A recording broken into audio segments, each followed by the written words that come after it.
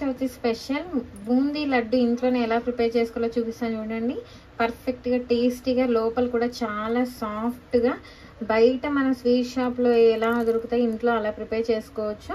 ఇంట్లో వాడే fresh oil తోటి గీ తోటి ప్రిపేర్ చేసుకోవచ్చు. బయట ఏం వేస్తారో చూడం కాబట్టి వాళ్ళు ఏం చెప్తే అదే నమ్మి మనం కొనాలి. కాబట్టి ఇంట్లోనే ఒక్కసారి చేసి ట్రై చేయండి. మళ్ళీ మళ్ళీ మీరే చేసుకుంటారు, అంత బాగా వస్తాయి. సో మీరు కూడా ఖచ్చితంగా ట్రై చేయండి, టేస్ట్ చేయండి. మిక్సింగ్కి ఒక బౌల్ తీసుకోండి, అందులో జల్లెడ తీసుకొని ఇలా ఏదైనా ఒక సైజ్ తీసుకోండి. ఇలా గ్లాస్ కానీ కప్ కానీ తీసుకొని 4 కప్పులు శనగపిండి తీసుకోండి.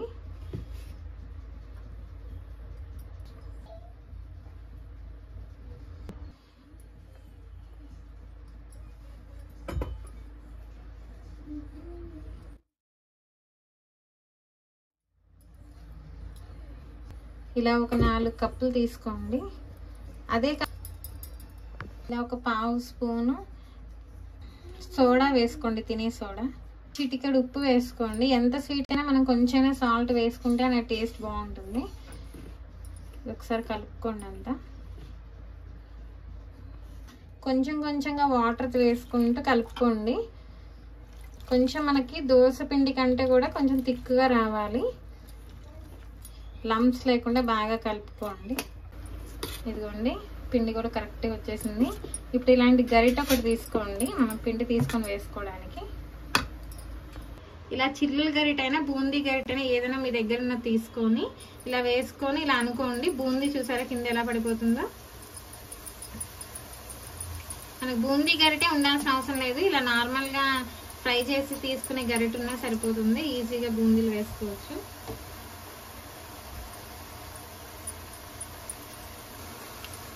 ఇదిగోండి, ఇలా ఒక్క 1 సెకండ్ అయిన తర్వాత ఇలా ఇలా కలుపుకుంటూ ఫ్రై చేసుకోండి.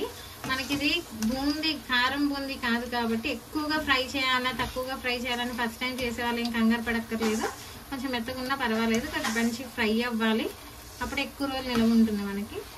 చూసారా, మన నార్మల్ గరిటతో చేసుకున్న బూందీ చూడండి ఎంత బాగా వచ్చిందో. ఇదిగోండి, ఇలా కలుపుకుంటే కొంచెం సౌండ్ వస్తుంది. సో అక్కడ మనకు ఫ్రై అయిపోయినట్టు అర్థమవుతుంది. కావాలంటే మీరు ఒకటి ఇలా తీసుకొని చూడండి. ఇదిగోండి, క్రిస్పీగా అయిపోతే తీసేసుకోవాలి. ఇంకా ఇలా వేసుకుంటూ కింద ఇలా అనుకుంటే కూడా మీకు చూసారా కింద బూందీ పడిపోతూ ఉంటుంది. స్లో టు మీడియం ఫ్లేమ్లు మాత్రమే పెట్టుకొని చేసుకోండి, లేకపోతే మాడిపోతాయి.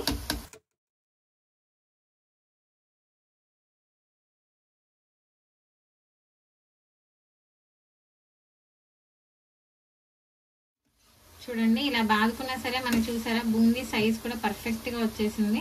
కానీ 4-5 గరిటలు వేసుకొని ఒకేసారి చేసేసుకొని మొత్తం అతుక్కొని ఒక చపాతీ ముద్దలాగా అయిపోతాయి లోపల. 2-3 గరిటలు అలా చిన్న గరిటతో వేసుకొని చేసుకోవాలి.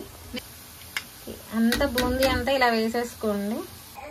ఇదిగోండి, ఇలా ఎర్రగా అయ్యాక తీసేసుకోండి. తీసుకొని ఇదిగోండి ఒక 3-4 స్పూన్లు బూందీని తీసుకోండి. కొంచెం లావుగా పడతాయి చూడండి. అలాంటి బూందీ అయినా అతుక్కున్న బూందీ అయినా అలా కొంచెం తీసుకొని గ్రైండ్ చేసుకోండి. ఇలా ఎందుకు గ్రైండ్ చేసుకోవాలో నేను మీకు వీడియో చేస్తూ చెప్తాను. ఇప్పుడు పాకం తీసుకోవడానికి ఒక వెడల్పాటి కడాయి కానీ ఏదైనా గిన్నె కానీ పెట్టుకోండి స్టీల్ది. ఇలా ఒక 4 కప్పులు షుగర్ వేసుకోండి. ఈ ప్లేస్లో మీరు తురిమిన బెల్లం కూడా వేసుకోవచ్చు, బట్ దీనికంటే ఒక పావు ఎక్కువగా వేసుకోవాలి. అదైతే మనం బూందీకి పిండి ఎంత తీసుకుంటామో చక్కెర అయినా బెల్లమైనా అంతే తీసుకోవాలి.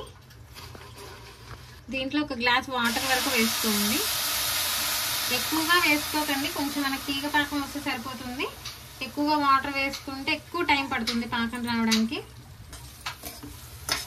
ఇలా మొత్తం కలుపుకొని షుగర్ అంతా కరిగేంత వరకు కరిగించుకోండి. ఇదిగోండి, షుగర్ మొత్తం మెల్ట్ అయిపోయింది. ఇక్కడ నుండి ఒక 1 మినిట్ ఇలా బాయిల్ చేసుకుంటే సరిపోతుంది. పాకం వచ్చేస్తుంది. మనకి పెద్దగా పాకం ఏమీ అవసరం లేదు, చిన్న తీగ పాకంలా సరిపోతుంది. చూసారా, ఇంకా తీగ పాకం వచ్చేసింది. ఇప్పుడు ఇంకా స్టవ్ ఆపేసుకోండి. ఇందులోనే మనం ఫ్రై చేసి పెట్టుకున్న బూందీ వేసేసుకోండి.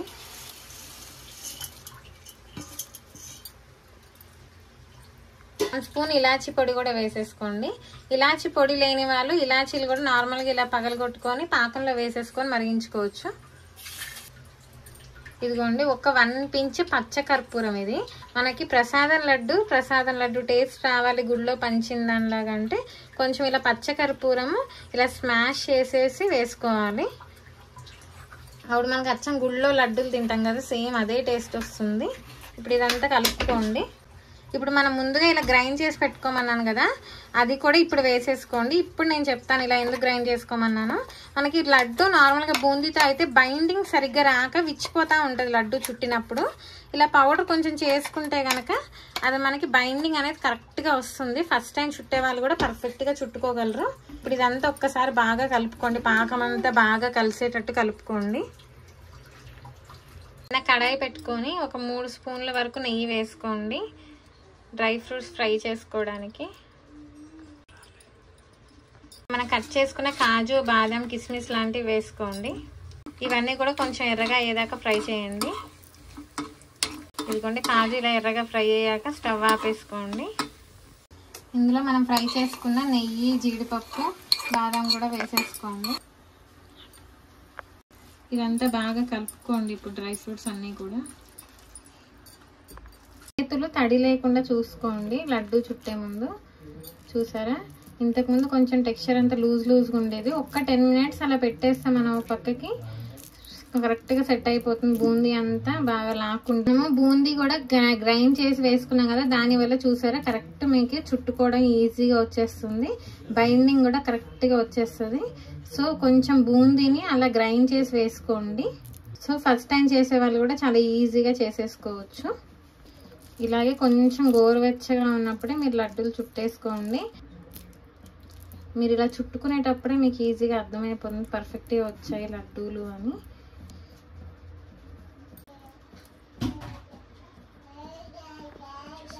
సరే